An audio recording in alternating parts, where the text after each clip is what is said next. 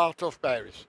Allora, dicevo, è molto importante perché con i Templari, questa istituzione che era un monastero, priorato esattamente, priorato di San Martino dei campi perché si trovava fuori le mura medievali della città, hanno avuto un ruolo fondamentale nello sviluppo economico di questo quartiere di Parigi.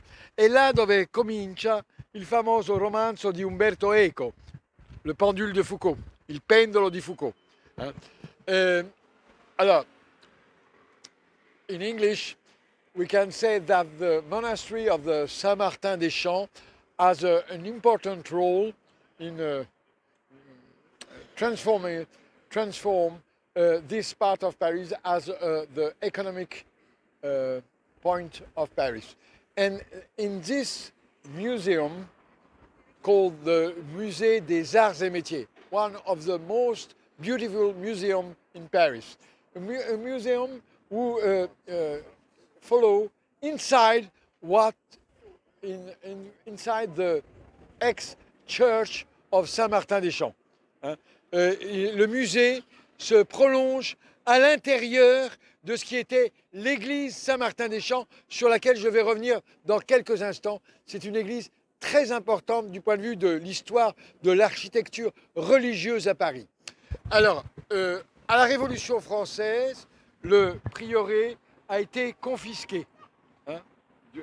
During the French Revolution, of course, as all the religious institutions, it was collected by the government, the French revolutionary government, and it becomes to be the institution of Museum des Arts et Métiers. Very important museum. Very important also because inside the museum you can see also the church, which was the church of Saint-Martin-des-Champs. Very important church. Why? Because they told us that this church is a transition between the Roman art and the Gothic art. Or we know that in the 9 Templars who found the organization of the Templars, called, you remember, the real name is not the Templars, I poveri cavalieri del Cristo e della casa del Tempio di Salomone. Questa era la vera denominazione dei Templari, non i Templari come si dice oggi. Ora, quello che è importante è che questa chiesa segna il passaggio tra l'arte romanica e l'arte gotica. E questo è molto importante perché i 9 cavalieri che hanno fondato l'ordine dei poveri cavalieri del Cristo e della casa del Tempio di Salomone c'era un certo André de Montbard. Chi era André de Montbard?